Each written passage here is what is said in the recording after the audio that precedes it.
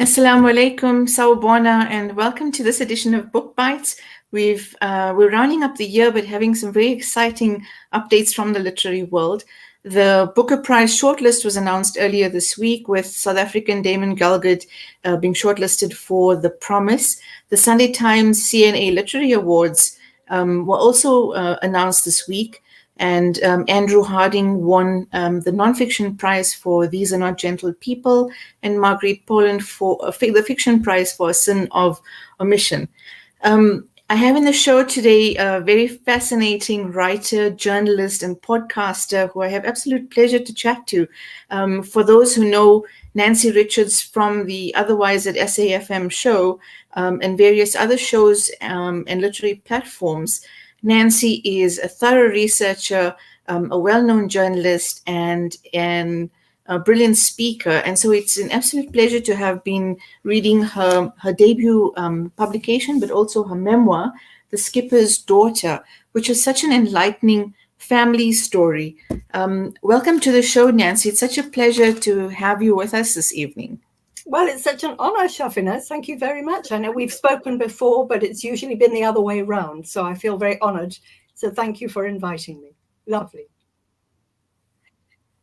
It's such a special pleasure because you've celebrated via your show and showcased some of my works. And I'm always excited when I get the email from Otherwise or from SAFM, from one of your producers. And now here we are speaking about your family memoir. It's one thing to write fiction. I think the courage that it takes to write a memoir, I mean, congratulations for this. You say you've been working on it since 1988. That's 3 decades and such a beautiful family legacy project that has come out of it.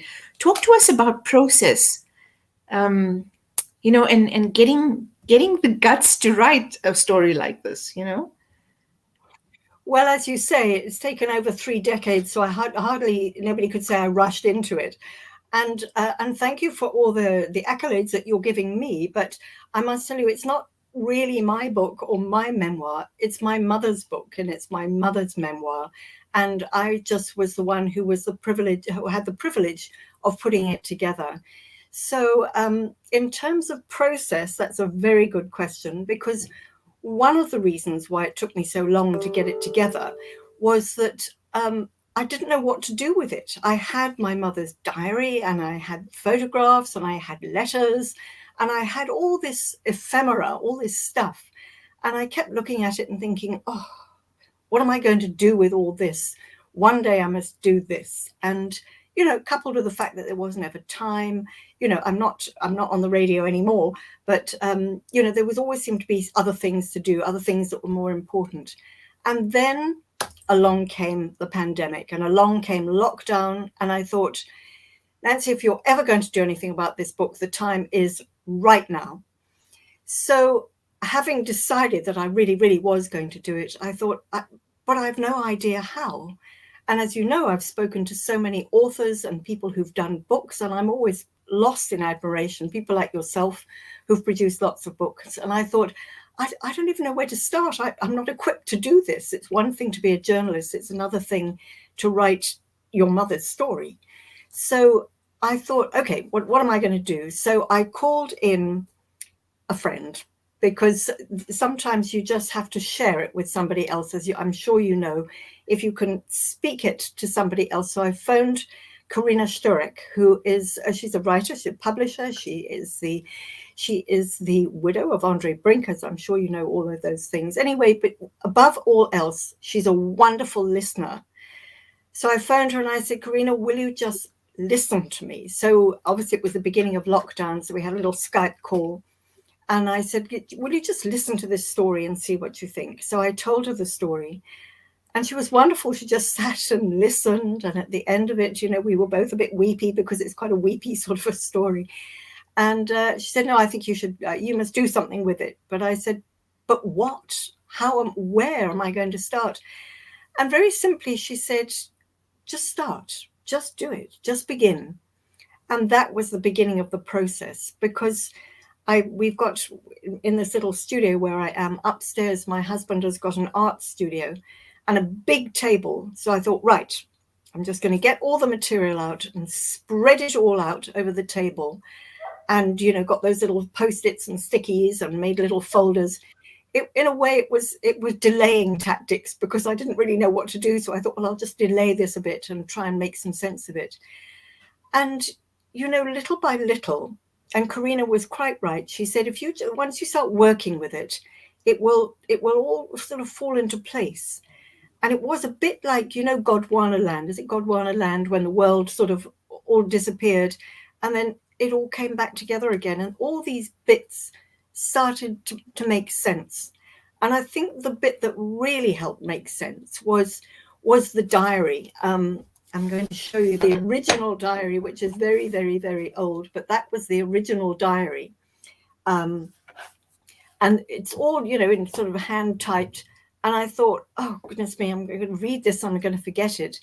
So I typed it all out, and I typed out all the letters, and I got everything so that it was not just in my head, it was on paper as well. And once I had all those bits together, well, it just came together. As they say, the rest is history. It took about 17 months, I think, from that very first phone call. But it did finally just come together. So that, to answer your question with the long version, that was the process.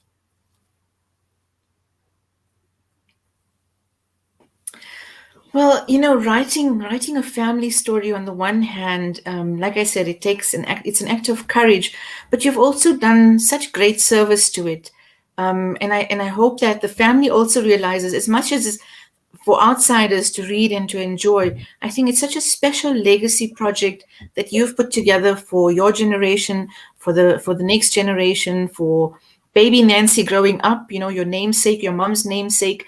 I found those anecdotal pieces so beautifully woven and so special, especially reading as an outsider looking in. The difficulty of writing about the trauma of losing Big Nancy's dad, and on her maiden voyage across the world with him, but at the same time, the beauty of the experience of being on the ship. What does it take to dig into the past like that and want to gently kind of unpack the wound and give it that kind of justice in the story? Yeah, that was, I mean, as you know, because I say it in the book, we when we were children growing up, we sort of knew this story, but we didn't really know very much about it because it was very sore and nobody wanted to talk about it, and we didn't really know. We just thought it was one of those things, but we knew it was something that was going to upset everybody.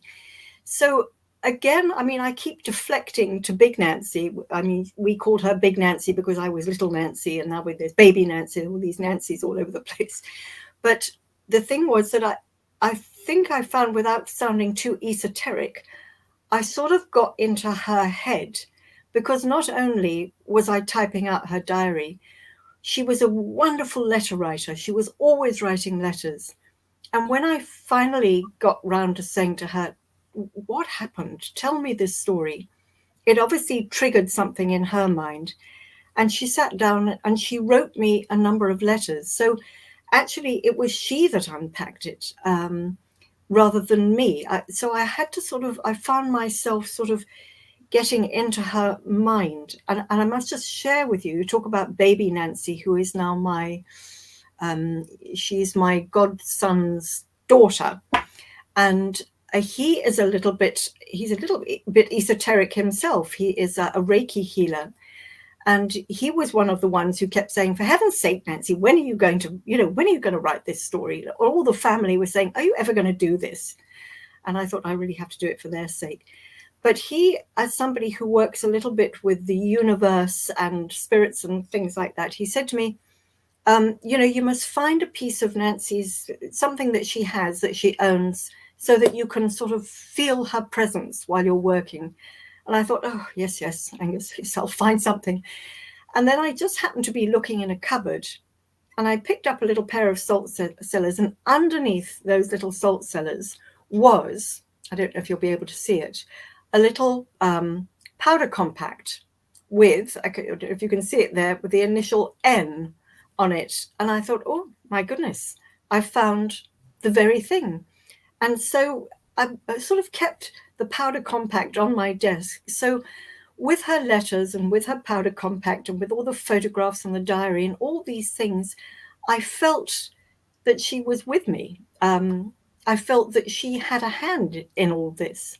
I think I also say in the book that she was a little bit strict. And she used to say, when I first showed her something before she passed away, she said, but your spelling is terrible and you haven't mentioned any of the other relatives. And she got quite cross with me. And I thought, oh my goodness me, she's probably looking down thinking, what a mess this child is making of this work. But I'm hoping now that we've finished it, and as you say, all the family members are able to hold a copy in their hand. I hope that she feels justified that she and I have done a good job finally, though it did take a very long time. I'm certainly quite sure that she's quite proud of you. I found it very special when you actually show the photograph of the compact in the book, and you talk about your nephew Angus, who says that you should find something. And why I found the compact special is because it's probably got a little mirror inside, right? If you open it, Yeah. it's probably got a little mirror inside. So there's something reflective about you writing and looking into your mom Nancy's compact, which she probably looked at almost every day. I remembered about that as well. I'm very glad that you brought it up. And it's these personal details that come out in the writing of memoir that are so beautifully woven, but also such a nice way of really remembering. Our lives are a dotted line of memory, and you've really strung these pearls together beautifully. Um, Big Nancy's story is tragic on the one hand, but there's a beautiful romance that she doesn't speak much about. She's guarded about it in the beginning when she's writing her diary. I found that beautiful. I find that when you gave us insight into her actual diary, and then you have the incidental notes around that. Um, that multi-layered approach of presenting this memoir was also very, very well done. I really enjoyed how that worked because it wasn't just you telling the story, and you allowed us insight into, your mom's mindset, both as a teenager and as an adult. And so I think that was really well done as well. And I really hope you have, new forms of expression, because you talk about the next generation wanting to turn this into a play or a movie. The new forms of expression also form part of your presentation of memoir. What do you envisage for the rest of the process, and how has the family been engaging the material in the book? Oh, that's such a good question.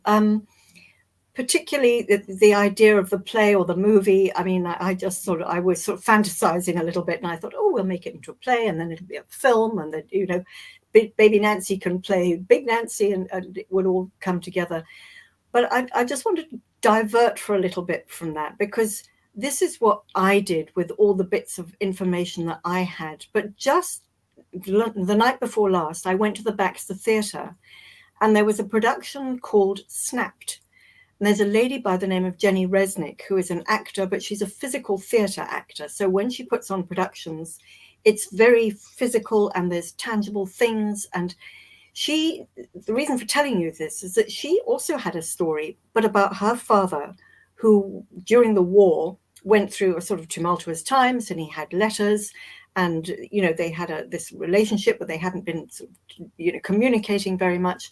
And she had photographs, and she chose to put on a play with back projection of the letters and all sorts of things. And I thought, oh, how interesting, because she has used that medium to tell her story. I have used the paper medium to put it together. Somebody else may do a painting. Somebody else may make a little YouTube. There's so many ways in which you can do it, which makes me also think of one of the outcomes of this book, aside from my family's response, have been many of the people who read it have sent me messages and said, oh, it really reminds me of my grandfather or my mother or my sister, or it seems to have triggered other people's stories, as is so often the case, is that, as one person tells their story, another person is thinking, oh yes, I recognize that, I relate to that. So it sort of rolled along, it's like a snowball, it's picking up all sorts of things. And even more amazing, just whilst I'm on the snowball thread, there was, as you might remember in the book, when she was in Australia, there was another young man who was the office boy in the shipping agent at the time, and he was about the same age. And he always wondered what happened to this young girl with this tragic story. And so he, through circuitous means, finally managed to contact her 50 years later. And even more, nearly 100 years later, we have now got in touch with his son. And I found myself writing an email to his son. And I thought, oh, this is like history repeating itself. Although she was writing letters to the dad, here am I writing emails to the son.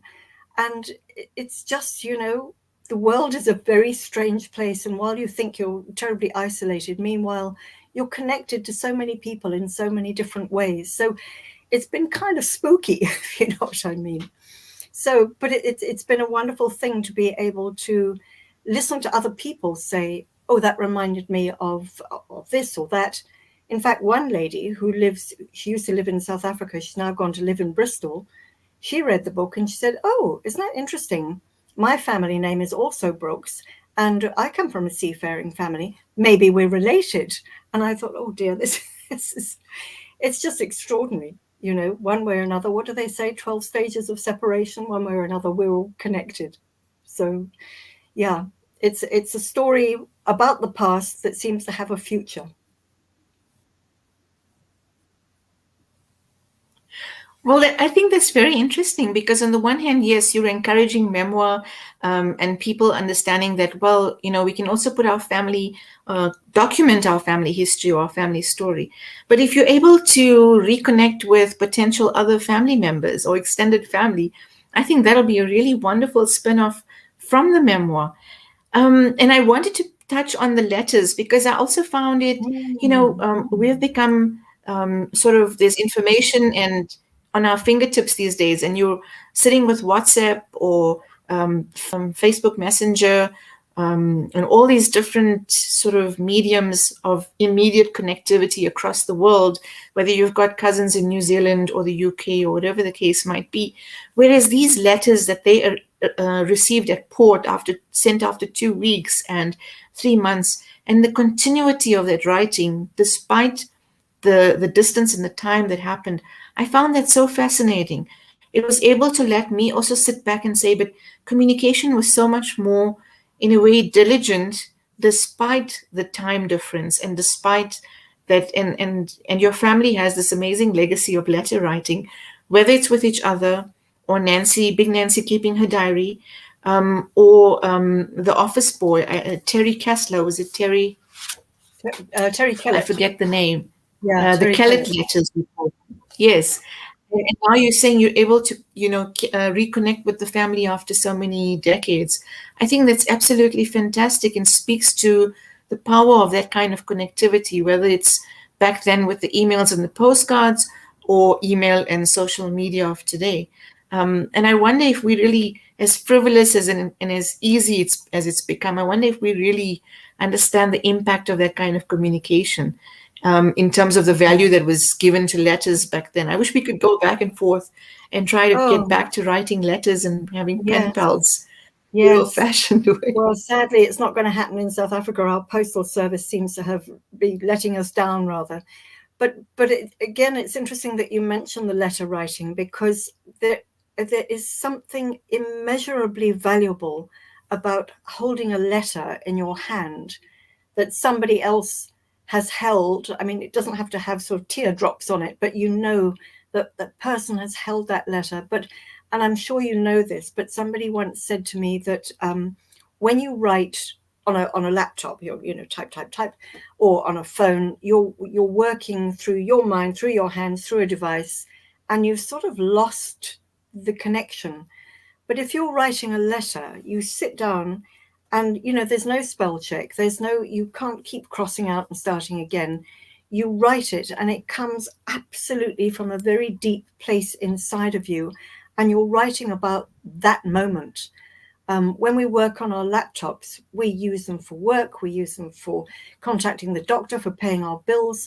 So the laptop is just a sort of repository of everything that you do with your life. But when you sit down and write a letter, it's from you to that other person. It goes into a little private envelope, and you cherish it and you take it along to the letterbox and you post it, and you know that it's for that person's eyes only. And there's something so precious. I mean, back in the old days, I don't know if you had family members who wrote letters, but people would have little bundles of love letters wrapped up in bits of ribbon, and they are just so precious. And I think that email, immediate as it is, FaceTime, Skype calls, Zoom meetings, it's just also quick. There isn't time to process it. How many of us have sent an angry WhatsApp or even an email that's been badly spelt because you just banged it out? You haven't sat down and done it properly. So as you say, maybe it's something that we should go back to. And just on that, if I can just digress again for a minute, Karina, she, as you know, she was married to Andre Brink, and she brought out a book. I can't remember how many years ago. I think it was about 2018, and it was the love letters between Karina Sturek and Andre Brink. And they were love letters, but they were love emails, which doesn't sound quite so romantic. But they were mostly emails, as far as I remember. But she did keep them all. Because the thing about an email is you just delete, and does one think to stop and write something beautifully and nicely? Because you don't think in terms of, well, one day I'm going to publish this in a book. You just do it. So it's I think we all do things very quickly these days because we can and because we need to, because that's the speed of the world. But I think we lose a lot along the way. I think maybe, I mean, I don't know when you were at school, but when I was at school, we learned how to write a letter, with the name in the top left-hand corner and the address and the this and dear and yours sincerely. Yes. And I'm sure I went into our cafe down the road here the other day. Well, it was a few years ago. And I had a birthday card for my sister. And I said to the lady inside the shop, I said, do they ever come and empty this letterbox? And she said to me, what's a letterbox? And I thought, oh dear. Obviously, they're not going to empty the letterbox. Goodness. I know. So, we've gained a lot, but we've lost some. I've seen letterboxes turned into little pot plants at the edge of people's gardens, and pretty things, and sort of maybe a little bird bath on the edge where birds can come and get a little snack. So there's that. I know that this process of writing and taking pen to paper works even as a tool against writer's block. So they often say, if you're not able to type your manuscript out, at least pick up a pen and write that section yourself, and you have that kind of connection from mind to pen to paper. So that works. And so it says a lot about the kind of dignity of communicating via a letter. And I'm actually, while you're talking, I'm remembering of, letters like when my grandmother went for Hajj and made friends from Pakistan. And for many years, as a teenager, she would get me to write letters to the family just to keep in touch. And so I'm remembering that now, which I'd forgotten about. And so, yes, there's something to be said about letter writing and about keeping in touch that way. I'm going to write you a letter soon, Nancy. Good. Look forward to if you had to give advice to people out there looking to write a memoir, if you had to give some advice, what would you say? I mean, I know that every story is different. There are the silent topics, the traumas that aren't spoken about, but there's such importance to be put to the valuable narratives, the nostalgia, capturing the memories of loved ones who have passed on, and sitting with elders and actually documenting. There's so many layers to this process. What advice would you give to someone who hasn't written before but really wants to get going on something like this? Yeah, well, I keep saying that I learned so many things that I wasn't conscious of learning them while I was doing it, but on reflection, I did learn a lot. And one of the lessons I learned was just do it. It's never too late. Before you think, oh, I can't do this, just do it. And even if you don't do it for publication, just do it for you. Just get a little notebook and do it for you and, for the rest of the family. But also on the thing of, I'm not a writer. Am I going to get this right? I'm already stressing about it. How am I going to make it work? I think you've got to take all those worries and put them into a box and close the lid on the box. And you just have to do it, because there are no policemen here, or even police women. Nobody is standing next to you saying, that's not right, that's awful. The most important thing is just to get it down, is just to immerse yourself, get it down. What Dawn Garish calls is the bald version. Just write it down so you've just got the rough material. And the other thing that I learned that was really, really useful, aside from total immersion in all the material, was to share it, not with everybody. You don't want to go blabbing here and there. People, I mean, some people are very kind and say, yes, off you go. And other people sort of roll their eyes and think, oh gosh, here she goes again. But if you can just find a few people, a buddy who you can share it with. My son is he's a wonderful listener. In fact, he's too good a listener because he's so busy listening, he never tells you about himself. But we used to go walking, at the beginning of lockdown. Well, we still do. And he would say, so how's the book going, Mum? And I'd say, well, there's this and there's that. And so I had this imaginary boat. And in my little boat, first of all, there was just me. And then there was Karina in my little boat. And then there was my son in the little boat. And then little by little, and then I contacted my sister and I said, can you remember the name of whatever? And so she was in the boat. And then there was Angus, the godson, in the boat. So I began to feel that it wasn't just me floating around all by myself, because other people had, I had one cousin in England and I asked her a little bit about her memories. Oh, and her memories were very sore. And I thought, oh, goodness me. So, one needs to share it. But on the thing about sharing it and getting everybody in your boat, another lesson for me was that it eventually becomes your story. And you might be right, you might be wrong. Your interpretation may be absolutely spot on. It may be completely off the mark. But whatever you do, you're doing it. Nobody else is doing it.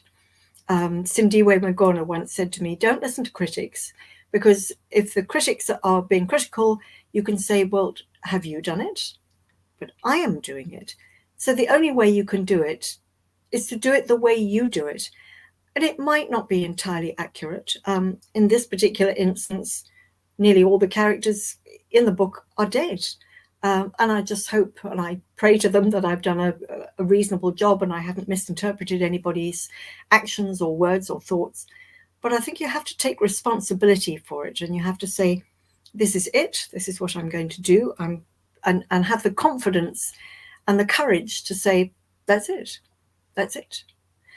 And yeah, so those are some of the key lessons. So it's immersion. It's getting the right team around you, and you don't want people who are just saying nice things. You want people who are going to be really engaged with you. And the other lesson I learned is, don't be throwing anything away. If your family are moving on or moving house, or if they've passed away, just go through their things very carefully and make sure you keep things that were precious to them, that you may not be wanting to work on their story now, but you might do down the line. Just keep precious things, especially paper things, in a box. As you see, I'm a bit of a box collecting sort of a person. And I think it's just important, one doesn't want to be too much of a squirrel. But I think in these times when everything is throwaway, some things are really, really important. My mother was a bit of a squirrel, which is why I've got some of those letters. And I can't believe that she kept these incredible letters. It's just extraordinary. So I think I really have her to thank for this whole story.